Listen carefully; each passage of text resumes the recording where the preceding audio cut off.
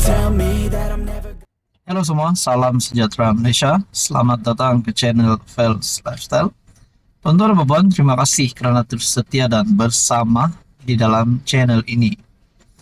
Selepas apa yang berlaku kepada Muhyiddin Yassin, beliau didakwa di mahkamah berkaitan dengan yang terbaru, iaitu ucapan kontroversinya yang membawa kepada beliau akhirnya dihadapkan di mahkamah menerima pendakwaan.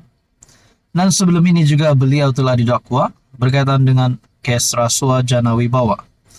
Saudara-saudara, apa komen Datuk Seri Anwar Ibrahim sebagai Perdana Menteri selepas pengerusi PN itu yang sah didakwa di Mahkamah Session Gua Musang baru-baru ini? Nah, tuan-tuan dan puan yang amat dihormati, akhirnya Anwar Ibrahim dalam satu kenyataan melalui Malaysia Kini bertarikh 29 Ogos. Akta hasutan, Anda terlanjur, Anda hadapi kesannya, kata Anwar Ibrahim. Wow.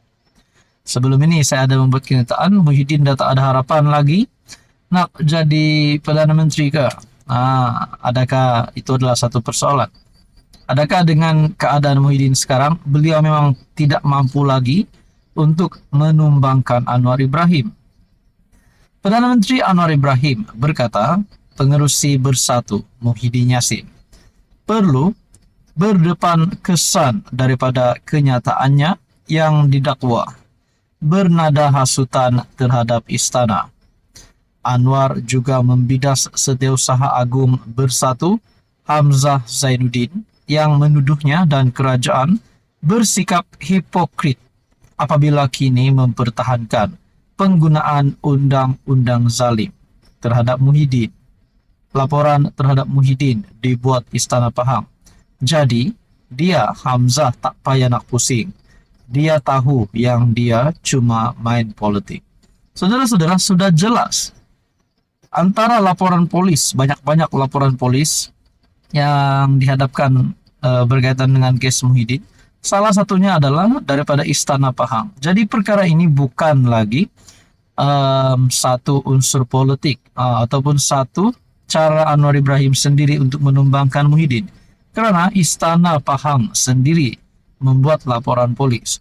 Bahkan Tengku Hasanal baru-baru ini telah menzahirkan murka.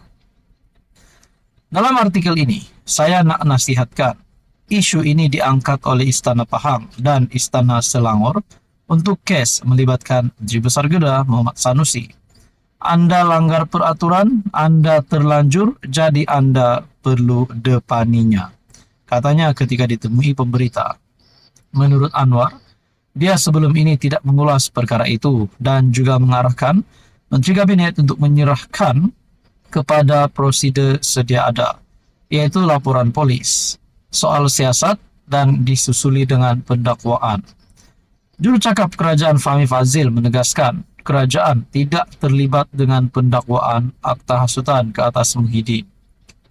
Muhyiddin didakwa di Mahkamah Gua Musang pada Selasa lalu berhubung ucapannya ketika kempen PRK Nenggiri yang menimbulkan kemurkaan Istana Pahang kerana menuduh Sultan Abdullah Sultan Ahmad Shah menggagalkan percubaannya untuk membentuk kerajaan selepas PRU15. Pertuduhan yang dirangka mengikut Seksyen 4 dalam Golongan 1 Akta Hasutan.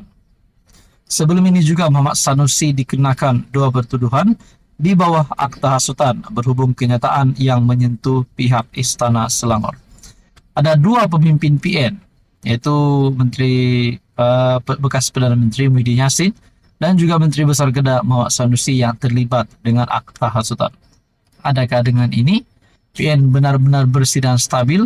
Itu pun kita tak tahu. Tapi yang pasti, kedua-dua pemimpin ternama di dalam PN ini sedang dalam keadaan yang menakutkan bagi penyokongnya. Tuan-tuan, apa komen Anda? Halo semua, salam sejahtera Malaysia. Tuan-tuan dan puan yang amat dihormati, selamat datang ke channel Fels Lifestyle. Baru-baru ini ada satu kenyataan daripada bekas Perdana Menteri Ismail Sabri Yaakob, di mana beliau telah meluahkan satu kekecewaan di mana beliau diserang. Beliau diserang. Dan ini menjadi persoalan. Kenapa beliau diserang? Sedangkan kita dapat lihat selepas Ismail Sabri tidak lagi memegang jawatan sebagai Perdana Menteri, kita dapat lihat beliau tidak aktif di dalam membuat kenyataan. Mungkin kita boleh kata Ismail Sabri rehat, karena beliau juga tidak memegang jawatan yang tertinggi pada hari ini. Saudara-saudara, satu perkongsian daripada Malaysia Kini bertarik 29 Ogos. Ismail Sabri akui kecewa terus dihentam walaupun sedang berehat. Bekas Perdana Menteri Ismail Sabri Yaakob mengakui dirinya kecewa dengan sikap sesetengah pemimpin UMNO kerana masih diganggu meskipun dirinya tiada lagi memegang jawatan tinggi baik dalam parti maupun kerajaan. Bercakap dalam program podcast Keluar Sekejap yang dihostkan Khairy Jamaluddin dan Sharil Hamdan, bekas naib Presiden UMNO itu berkata, sehingga hari ini dia terus dihentam walaupun sedang berehat. Adakah dengan ini penyokong-penyokong ataupun ahli di dalam UMNO sendiri mahu Ismail Sabri jadi pemimpin yang memegang jawatan yang tertinggi di dalam parti karena beliau adalah seorang bekas Perdana Menteri? Sedangkan Zahid Hamidi sendiri pun tidak pernah menjadi Perdana Menteri. Saudara-saudara, Anda rasa layakkah Ismail Sabri untuk bertarung lagi untuk merebut jawatan sebagai Perdana Menteri? Ataupun setidak-tidaknya beliau mungkin menjadi salah satu sosok tubuh yang boleh memimpin UMNO dan beliau menjadi Presiden UMNO. Apa komen Anda pula berkaitan dengan itu? Dalam artikel ini, menurut Ismail Sabri, saya tidak usik siapa-siapa pun, tapi mereka masih lagi hentam saya. Cukuplah, saya sudah diam, jangan kacau saya, biar saya dengan kehidupan saya.